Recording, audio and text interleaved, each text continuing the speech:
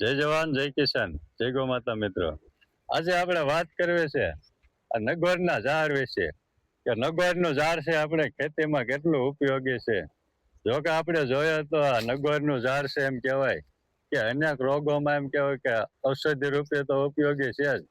તો આજે આપણે વાત કરવી છે કે આ નગવડનું ઝાડ છે આપણે ખેતીમાં છે એ કેટલું ઉપયોગી છે. તો આપણે વાત કરીએ કે નગવડનું ઝાડ છે અત્યારે પ્રાકૃતિક ખેતી કરતા ખેડૂતો એટલે કે ગાય આધારિત ખેતી, જે ખેડૂતો ગાય આધારિત ખેતી કરતા હોય તેવા ખેડૂતો છે એ આ નગરનો એમ કહેવાય કે ખેતીમાં ભરપૂર ઉપયોગ કરે છે. આ નગરના ઝાડમાંથી આપણે ખેતીમાં પાકમાં અનેક પ્રકારની આપણે જાતે જ ઘણી બધી દવા બને છે. આપણે વાત કરવી કે આપણે પાકમાં છે કઈ રીતના ઉપયોગ લઈ શકીએ. તો આપણે જોઈએ તો અત્યારે એમ કહેવાય કે ઘણી બધી દવા આપણે વાડીના છેડે એટલે કે આપણે હાથે જ આ નગરમાંથી ઘણા બધા દવાના અર્ક બનાવી શકીએ છીએ અને આપણે પાકમાં સારું એવું રિઝલ્ટ મળે છે. આપણે અત્યારે જોઈએ તો બજારમાં એમ કહેવાય કે દવાના ખાતરના ભાવ દિવસે ને દિવસે વધે છે.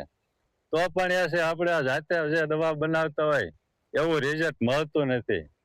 તો વાત કરીએ અત્યારે ખેડૂતો છે ખેતીમાં 10 બરણી અર્ક બનાવતા હોય છે. તો આપણે જોઈએ કે 10 બરણી અર્ક છે એમ કહેવાય કે પ્રાકૃતિક ખેતી કરતા હોય એવા ખેડૂતને તો એની જાણ જ હોય જ છે કે 10 બરણી અર્ક છે એ આપણે પાકમાં કેટલું ઉપયોગી છે. તો મિત્રો 10 બરણી અર્ક બનાવવામાં આ નગવરના પાન વગર છે એ 10 બરણી અર્ક બનતું નથી. તો એમાં નગવરના પાનની જરૂર પડે જ છે. એવી રીતે અન્ય પણ દવા આપણે આ નગવરના પાનમાંથી બને છે. અને આપણે પાકમાં જો ઉપયોગી રીતે વાત કરીએ તો એમ કહેવાય કે આપણો પાક નબળો હોય તો પણ એમાં ઉપયોગી છે. અને પાકમાં જીવાતો હોય, ઈયળો હોય, ફૂગનાશક હોય એમાં પણ આ નગવડની દવા બનાવી હોય અને એમાં આપણે છંટકાવ કરીએ તો સારું એવું રિઝલ્ટ મળે છે આપણને. તો આપણે જોઈએ કે જીવાતોમાં અને રોગોમાં તો રિઝલ્ટ મળે જ છે. તો આપણે એમ કહેવાય કે પાકમાં ફાલ ઓછો છે, ફાલ નથી આવતો, એમાં પણ આ નગવડની દવાનો આપણે ઉપયોગ કરીએ તો એમાં પણ આપણને સારું એવું રિઝલ્ટ મળે છે. તો મિત્રો એવી જ રીતે આ નગવડ છે આપણે ખેતીમાં તો ઉપયોગી છે જ, પણ આપણે જોઈએ તો આ ઘણા બધા રોગોમાં એમ કહેવાય કે વર્ષોથી એમ કહેવાય કે આપણે વડવાઓ છે એ ઔષધિ રૂપે ઉપયોગ કરે છે.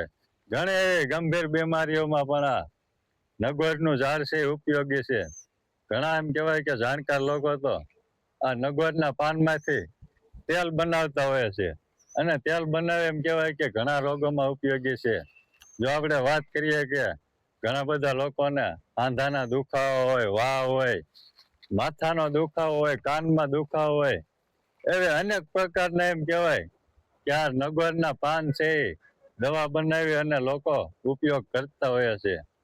તો આપણે છે વારંવાર કહેતા હોય કે આપણે જો કોઈ દેશી દવા કરવી છે તો આપણી પાસે માહિતી હોય તો જ એનો ઉપયોગ કરવો જોઈએ, નહીતર આપણે કોઈ પાસેથી માહિતી લઈ અને પછી જ એનો ઉપયોગ કરવો જોઈએ. હા, આપણે ક્યાંય હાંધા દુખે છે, વાનો દુખાવો છે, તો એવી જગ્યાએ જો આપણે નગવડનું તેલ બનાવી અને માલિશ કરીએ તો એમાં કઈ વાંધો નહીં, એમાં પણ આ ઘણી બધી રાહત આપે છે. એવી જ રીતે આ નગવડનું ઝાડ છે એમ કહેવાય કે અનેક પ્રકારમાં ઉપયોગી છે.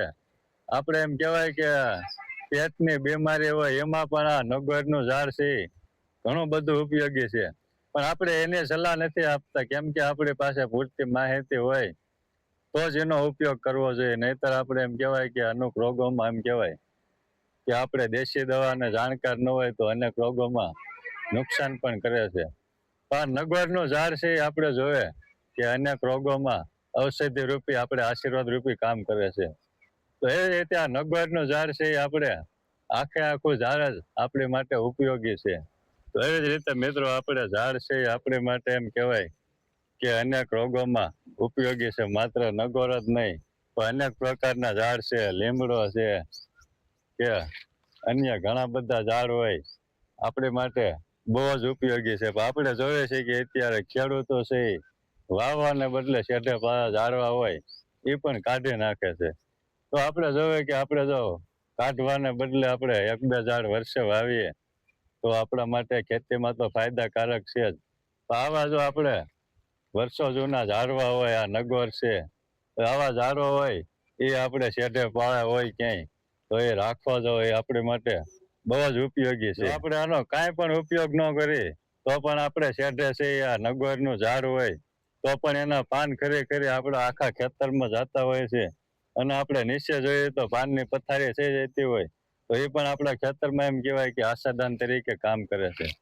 તો એવી રીતે આ પાન છે ખરી ખરી આપણા આખા ખેતરમાં જતા હોય તો એ પણ આપણે એમ કહેવાય કે સારું એવું કામ કરે છે. તો મિત્રો આ હતી એક નગોરની માહિતી. તો મિત્રો આજના વિડીયોમાં બસ એટલું જ. મળીશું નવા વિડીયોમાં નવી માહિતી સાથે. જય જવાન, જય કિસાન, જય ગૌ માતા.